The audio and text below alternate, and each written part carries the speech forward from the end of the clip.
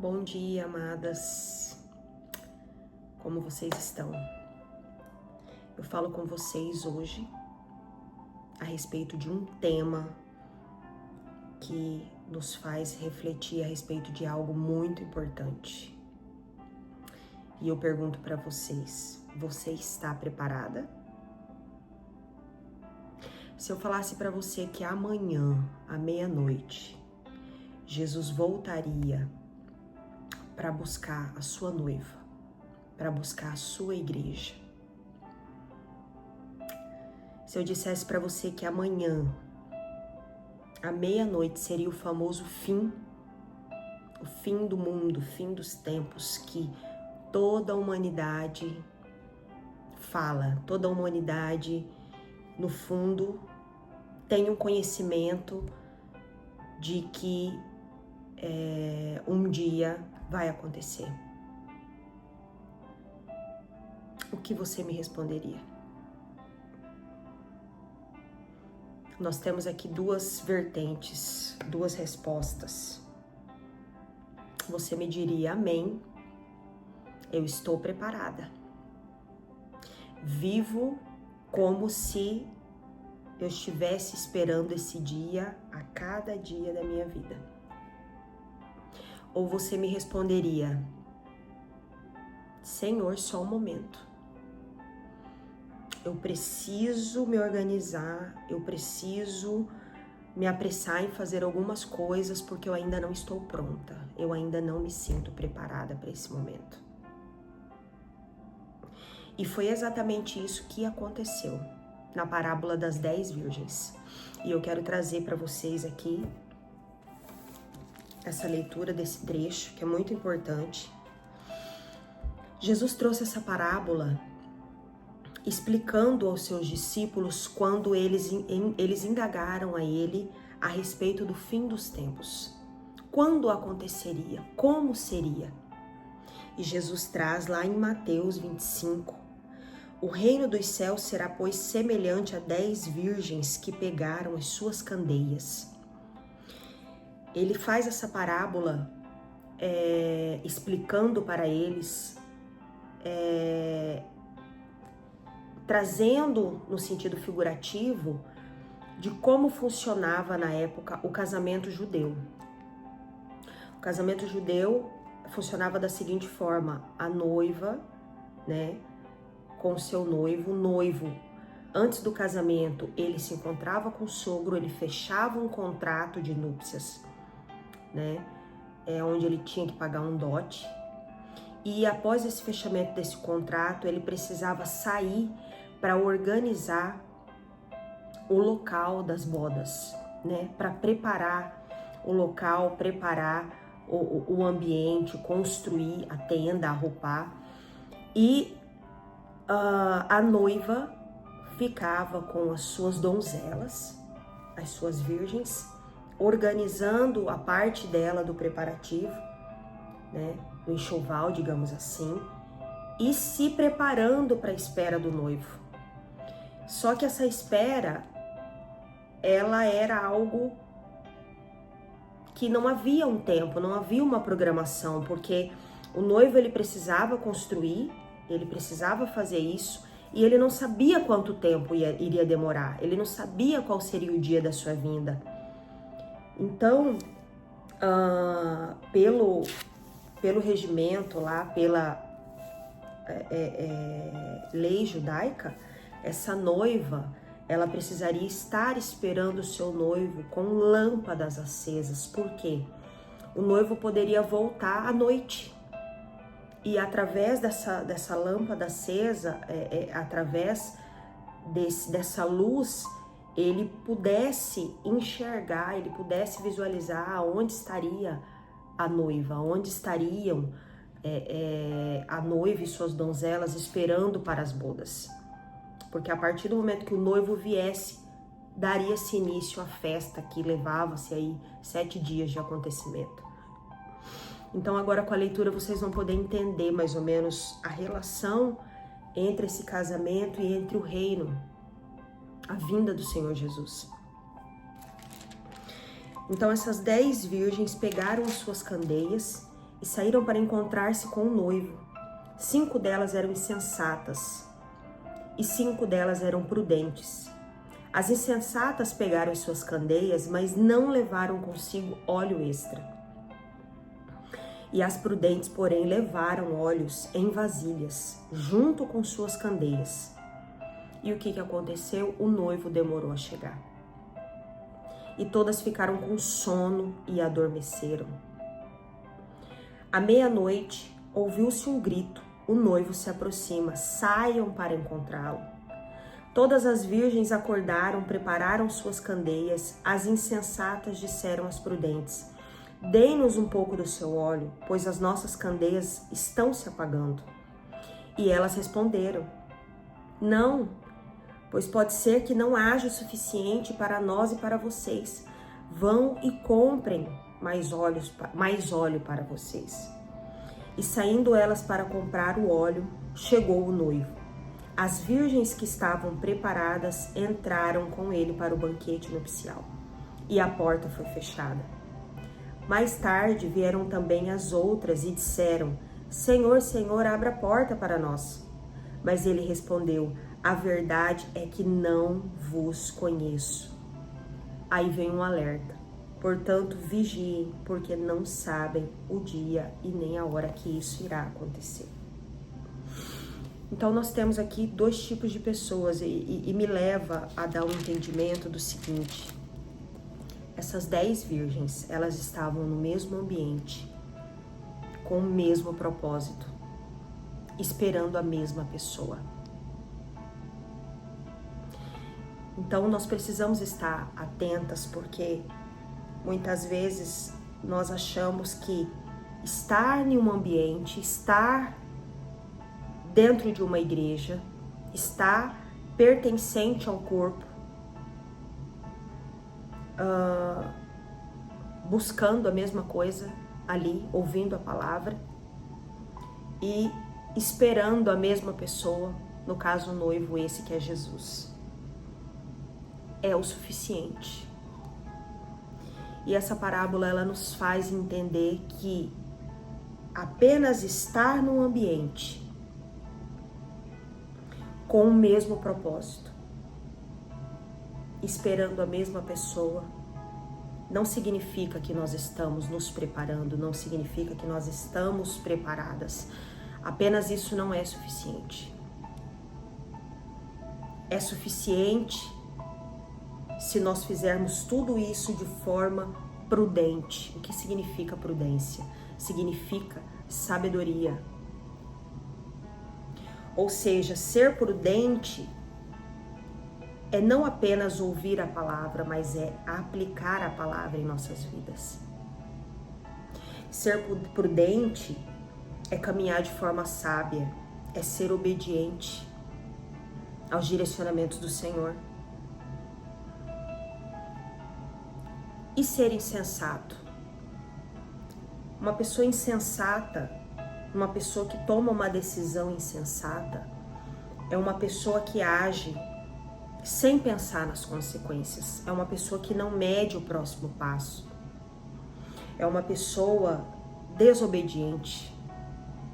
É uma pessoa que está ali no ambiente, que está ouvindo a palavra, mas ela está ali só de corpo presente. O espírito não está ali recebendo, não está absorvendo, não está aprendendo. É uma pessoa que não aplica a palavra em sua vida. Outra situação que me chama a atenção nesse trecho aqui é que as prudentes, elas levaram óleo extra consigo. Ou seja, a prudente, ela está sempre agindo, além de com sabedoria, ela reflete na trajetória da sua vida. Ela reflete em cada passo. Ela reflete se ela está andando de acordo com a palavra e o que ela precisa fazer para que ela permaneça andando nesse caminho.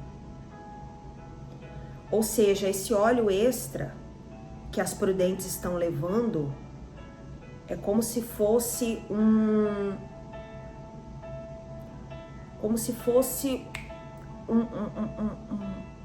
se dar a mais, é um ir além, sabe? Não vou fazer apenas o básico, aquilo que eu preciso fazer, eu vou me doar um pouco mais, eu vou fazer um pouco além, né? É olhar para frente e se preparar, estar pronta para situações que podem vir, que pode acontecer, mediante aquilo que a palavra traz para as nossas vidas, né? E vocês vão entender um pouquinho mais agora à frente. Outro trecho que me chamou a atenção foi que todas elas adormeceram mediante a espera, mediante a demora. Quantas vezes nós vivemos situações na nossa vida que nos levam a cansar, nos levam ao cansaço, nos leva a adormecer, até mesmo espiritualmente falando, nos deixam sem vontade de orar, sem vontade de ir na igreja, sem vontade de buscar. Mas tudo isso mostra também que todas nós, independente das que estão agindo de forma prudente ou de forma insensata, o Senhor, Ele reconhece as nossas fragilidades, as nossas fraquezas. E isso não é um empecilho para que nós venhamos a ter um encontro com o noivo. O importante é que mesmo em momentos de cansaço, em momentos de fragilidade, nós estejamos aos pés dele, dizendo: Senhor, tô aqui, tô cansada, tô com sono, não estou conseguindo, me ajuda, esteja comigo, me fortalece, me coloca de pé. E aí chega o momento em que o noivo chega e apenas algumas entram com ele para as bodas. Nós vivemos um tempo que as pessoas têm vivido enganadas na face da terra, no sentido de que eu faço bem, eu não desejo mal aos outros, eu vou pro céu, eu vou estar com Jesus,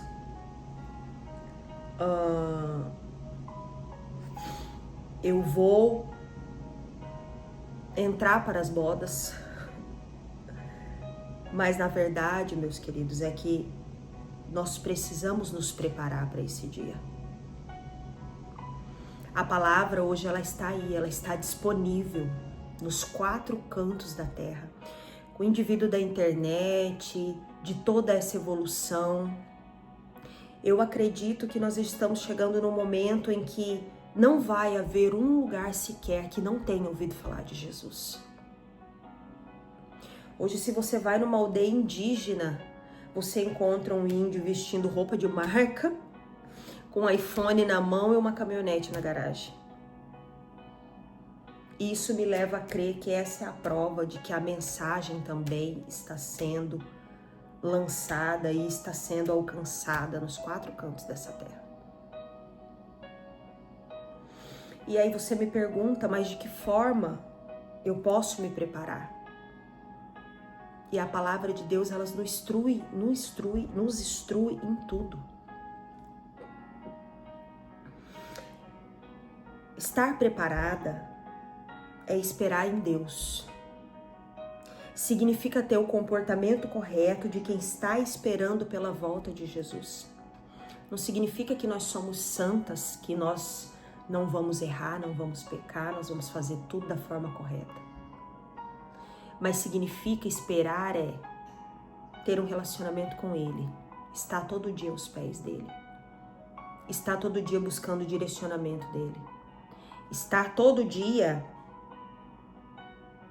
lançando o seu fardo, lançando seus anseios aos pés dele. E a palavra nos instrui num primeiro ponto: vigiai, porque não sabei o dia e nem a hora que isso vai acontecer. E esse primeiro alerta, vigiai, significa: estejam atentas, observem suas ações, seus comportamentos, não procrastine, não deixe para amanhã o que deve ser feito hoje e o que está ao seu alcance de fazer. Às vezes você pode estar aí em um momento de cansaço, de sono, como estavam aquelas noivas, e dizendo: eu não vou para a igreja não. Até tô passando por uma situação que eu precisava buscar de Deus uma resposta. Precisava buscar de Deus uma cura. Precisava buscar de Deus um milagre. Mas você está sem forças para ir. Peça a Ele. Peça a Ele que seja essa força, que seja esse impulsionamento e decida. Às vezes você na sua casa, você está vivendo cansada, com o dia a dia, com a correria. E eu quero trazer para vocês aqui um exemplo de algo que acontecia muito comigo. Eu era uma pessoa que dentro da minha casa eu procrastinava muito, eu passava por uma pia suja, eu falava: não vou lavar agora não. Mais tarde eu lavo. Chegava à noite: não vou lavar essa louça agora não. Amanhã de manhã eu lavo. E muitas vezes a gente não sabe o problema que nós geramos para as nossas vidas em não vigiar, em não estar atenta às nossas ações, em procrastinar algumas coisas, em deixar para amanhã algumas coisas, alguns direcionamentos que devem ser feitos hoje. Em meio a tantas procrastinações na minha vida, dentro da minha casa, com coisas simples, como lavar uma louça, preparar um alimento, arrumar uma casa, ter a roupa limpa. Isso foi desencadeando na minha vida, no meu relacionamento, no meu casamento, uma ruptura. Uma ruptura.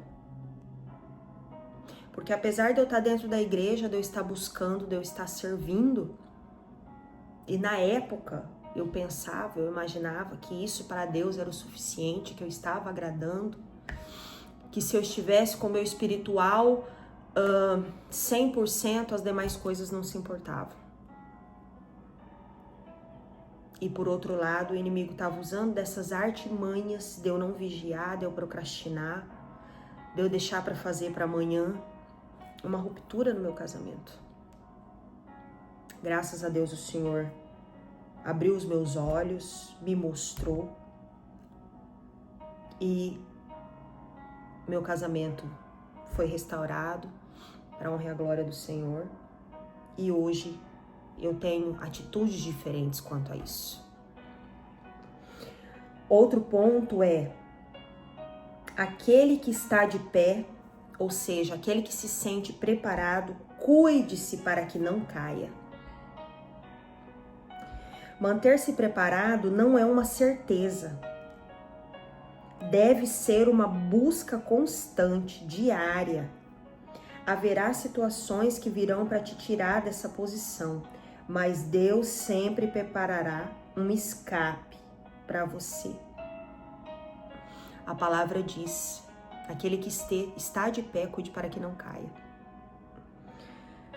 É necessário entendermos que nós não somos super-homens e super-mulheres, né? Mulheres maravilha. É por isso que o Senhor nos manda ser vigilante, né? O que é um vigia? Vigia é aquele que fica em cima de uma torre, observando tudo, observando se vem um ladrão, se vem alguma ameaça. E em segundo lugar, aquele que está de pé, cuide para que não caia. Nós não podemos estar numa posição achando que nós sabemos tudo. Numa posição também de arrogância, achando que não, eu já sei o suficiente, eu não preciso mais estar buscando, eu não preciso mais estar aprendendo, eu não preciso mais receber conselhos. Não. Estar preparado é uma busca constante. Diariamente nós precisamos levantar e dizer: hoje eu preciso me preparar novamente. O que eu preciso aprender? Onde eu preciso ver que tem alguma situação, que tem alguma brecha, que precisa ser tampada, que precisa ser ajustada, que precisa ser arrumada, aonde tem um comportamento que precisa ser melhorado, que precisa ser mudado. É isso que nós precisamos fazer, é isso que a palavra nos instrui fazer. O outro ponto o terceiro ponto, fuja da aparência do mal. Afastem-se de toda forma de mal. Isso significa sabedoria. Significa evitar tudo que possa levar ao erro, ao pecado, ou possa dar uma má impressão, ou ser visto pela sociedade ou por Deus como inadequado. A aparência do mal, simplesmente, eu tive uma situação que eu ouvi uma vez, e isso me encaixou como um exemplo perfeito para mim. É uma pessoa que disse à sua colega de trabalho: você me desculpa, mas eu não posso te dar essa carona.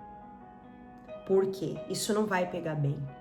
As pessoas vão olhar, as pessoas vão interpretar mal, podem surgir boatos, né? Mesmo que não haja nada. Então eu achei isso coerente, e realmente isso significa fugir da aparência do mal. Porque às vezes nós vivemos a vida sem importar o que vai dizer a nossa reputação. O que as pessoas vão pensar, o que as pessoas vão imaginar. Pouco me importa o que as pessoas pensam. Pouco me importa o que Deus pensa. Mas não é isso que a palavra está dizendo. A palavra está dizendo: fuja da aparência do mal. Tudo aquilo que aparenta ser mal. Tanto para você, quanto para as pessoas, quanto para Deus. Outra situação que às vezes a gente também se depara, e já aconteceu comigo, sabe, no ambiente de trabalho, aquela amizade, aquele amigo que vai se aproximando, que vai tentando romper aquela barreira para se tornar mais íntimo, se tornar mais próximo. É uma aparência do mal. E geralmente as aparências do mal, ela tem de ser uma porta, ela tem de ser uma brecha para que o pecado venha e se aprofunde naquela situação. Às vezes você pode pensar: não, mas é só uma amizade, né? É meu amigo, não tem nada demais, eu me abro. Mas às vezes isso está indo em uma forma tão além e tão profunda que vai dando lugares a outros sentimentos, que vai abrindo brechas para que outras coisas possam vir a acontecer. A quarta situação é Submetam-se a Deus, resisti ao diabo e ele fugirá de vós. Jesus, ele nos dá o maior exemplo. Quando ele esteve no deserto e o diabo esteve com ele para tentá-lo, e ele resistiu. De que forma? Ele resistiu com a palavra. Isso foi mais um ensinamento. Ele nos ensinou a resistir com a palavra de Deus. Vão ocorrer situações nas nossas vidas que nós devemos resistir. Nós fugimos do quê? Fugimos da aparência do mal, daquilo que aparenta ser mal. Olha, eu não vou pegar uma carona com um homem que meu marido nem conhece, por quê? Porque não é correto. Apesar de não ter nada mal, mas alguém vai ver, alguém vai falar, isso vai gerar uma dúvida, isso vai gerar um problema. E a resistência? Resistir ao diabo, resistir às situações que se colocam diante da sua vida. Por exemplo, você foi acometida de uma enfermidade. Você está passando por uma crise no seu casamento. Você está passando por um problema com os seus filhos. Você está enfrentando uma situação de escassez na sua vida, de problema financeiro. O que a palavra nos instrui? Resista, fica firme, se posicione, não saia da sua posição. Mas de que forma que nós resistimos? Resistimos com a palavra, resistimos com oração e resistimos também com jejum e com uma vida de submissão a Deus. Submissão significa obediência. Então, se você está sendo acometida por uma enfermidade, você vai usar a palavra. Lá em Isaías 53 diz que Ele tomou sobre si todas as nossas dores, as nossas enfermidades. Ele foi moído e Ele foi ferido. E você tem que se agarrar a essa certeza e permanecer firme, resistente, porque Ele vai fugir de você. Você tem que ter fé suficiente para crer nessa palavra. Se há um problema no casamento, você tem que pegar essa palavra. Lá em Provérbios 14, se não me engano, depois eu vou colocar para você no rodapé aqui, que diz o seguinte: crê no Senhor seu Deus e será salvo tu e a tua casa. Você tem que se posicionar com essa palavra e você tem que permanecer firme e resistente. Então, minhas amadas, o que eu quero dizer para vocês é isso, tá? Que nós possamos estar preparadas, que a cada dia nós possamos levantar e refletir quanto a isso. Senhor, se o Senhor viesse hoje,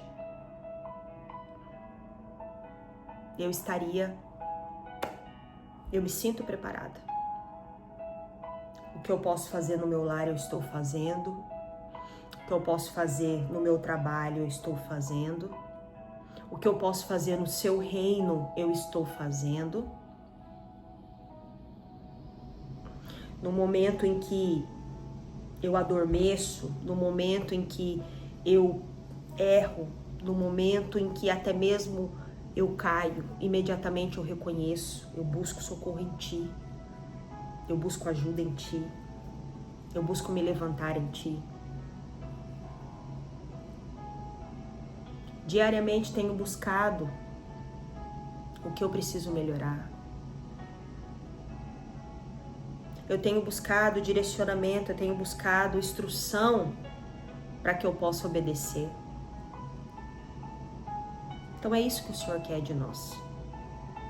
O Senhor não quer mulheres maravilhas que se sintam, né, as maiorais, que se sintam as super-heróis, mas quer mulheres de coração aberto, de coração limpo, rendidas a Ele. Amém?